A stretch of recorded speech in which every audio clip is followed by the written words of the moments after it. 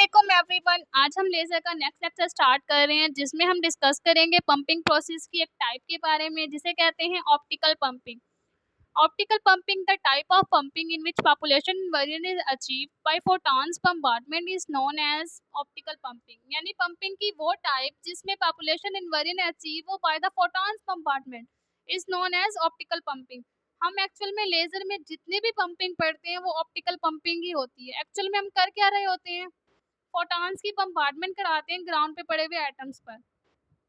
Ground पे पड़े हुए एटम्स उन फोटॉन्स को एब्जॉर्ब करते हैं और एक्साइटेड स्टेट में चले जाते हैं। एक्साइटेड स्टेट का टाइम डिके 10⁻⁻8 सेकंड का होता है। थोड़े टाइम तक स्टे करने के बाद स्पॉन्टेनियस इमिशन परफॉर्म करके वो वापस ग्राउंड स्टेट पर आ जाते हैं। लेकिन अगर उनका टाइम डिके ज़्यादा हो, यानी 10⁻³ सेकंड का, वो ज़्यादा टाइम तक वहाँ पर डिके करें, यानी वो क्या करें, स्टे करें, तो उसमें उस स्टेट को क्या कहते हैं, मेटास्टेबल स्टेट, और वो पॉपुलेशन इन्वर्जन को भी परफॉर्म करें, तो इस प्रोसेस को ऑप्टिकल पंपिंग कहा जाता है। ऑप्टिकल पंपिंग के एग्जांपल्स है सॉलिड स्टेट लेजर या फिर रबी लेजर।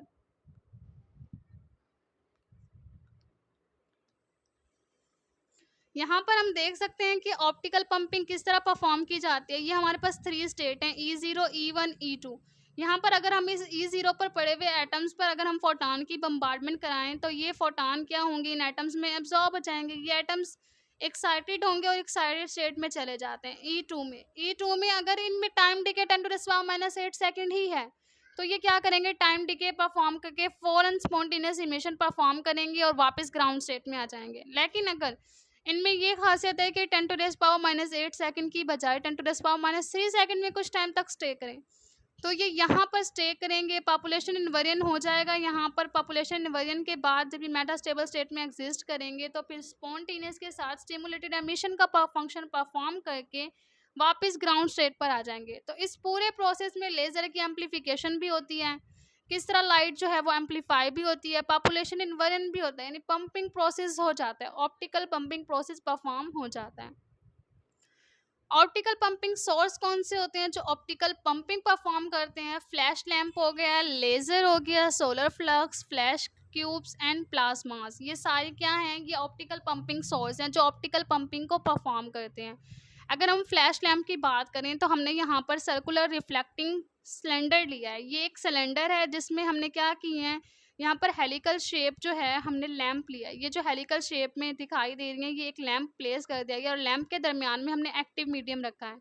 तो उस सूरत में क्या होगा, जब ये लैंप जो है लाइट, यानी ये लाइट का सोर्स है, लाइट फोटॉन्स जो हैं वो भी लाइट की फॉर्म में ही होते हैं, तो वो क्या होंगे, अगर ये फोटॉन्स, ये लाइट जब इस सिलेंडर से इंट्रैक्ट करेगी, इंट्रैक्ट करने की वजह से क्या होगा, ये फोटॉन्स को इमिट करेगी और ये फोटॉन्स जो होंगे वो एक्टिव मीडियम में प्लेस होंगे। एक्टिव मीडियम में हम क्या करते हैं, हम एक्टिव मीडियम के साइड्स पर 2 मिरर प्लेस कर देते हैं। मिरर प्लेस करने की वजह से क्या होता है, अगर वो डिफरेंट डायरेक्शन में मूव कर रहे हैं तो हम उन मिरर को इस तरह प्लेस करते हैं कि एक मिरर पार्शली रिफ्लेक्टेड होता है और दूसरा फुली रिफ्लेक्टेड होता है, जिसकी वजह से फुली रिफ्लेक्टेड से जो एटम्स हैं वो बाहर इमिट हो ही नहीं पाते, उनकी डायरेक्शन सेम डायरेक्शन में हो जाती है और वो क्या हो जाते हैं, वो एक ही डायरेक्शन में मूव करते हैं और बीम की फॉर्म में होते हैं, यानी वो क्या कर रहे होते हैं, लेज़र की एम्प्लीफिकेशन का फंक्शन परफॉर्म कर रहे होते हैं। इस तरह फ्लैश लैंप में क्या होता है, लैंप जो है वो फोटॉन्स इमिट करता है, यानी फोटॉन की बम्बार्डमेंट कराता है ग्राउंड पे पड़े हुए एटम्स की। अगर अब एक्टिव मीडियम में ग्राउंड पे कुछ एटम्स पड़े हुए हैं तो ये फ्लैश लैंप जो होगा वो उनको एक्साइटेड करेगा, जिसकी वजह से पॉपुलेशन इन्वर्जन अचीव हो जाएगा। तो इस प्रोसेस में हम फ्लैश लैंप के जरिए भी ऑप्टिकल प्रोसेस का फंक्शन परफॉर्म कर सकते हैं। उसके बाद अगर हम देखें लेजर्स की बात करें तो लेजर्स में हम फ्लैश लैंप की मदद से ही इलेक्ट्रिकल रिफ्लेक्टिंग सिलेंडर की मदद से भी एम्प्लीफिकेशन का फंक्शन परफॉर्म कर सकते हैं। इसके अलावा हम मल्टीपल इलेक्ट्रिकल सिस्टम की मदद से भी लेजर का फंक्शन परफॉर्म कर सकते हैं।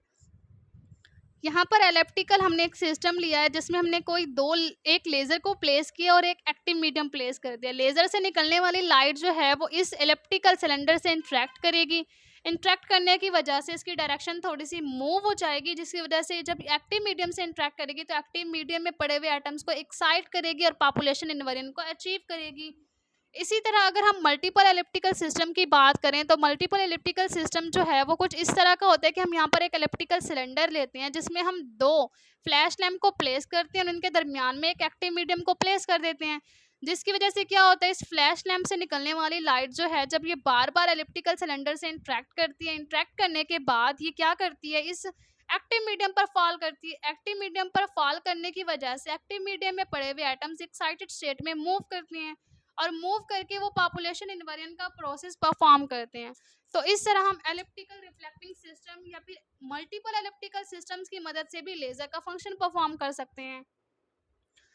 तो ऑप्टिकल पंपिंग में lasers, flash lamp, solar flux हो गए, प्लाज्मास हो गए, ये सब जो हैं ये ऑप्टिकल पंपिंग की मदद से लेजर और लाइट के एम्पलीफिकेशन का फंक्शन परफॉर्म करते हैं। तो नेक्स्ट लेक्चर में हम डिस्कस करेंगे इलेक्ट्रिकल पंपिंग के बारे में कि इलेक्ट्रिकल पंपिंग क्या होती है।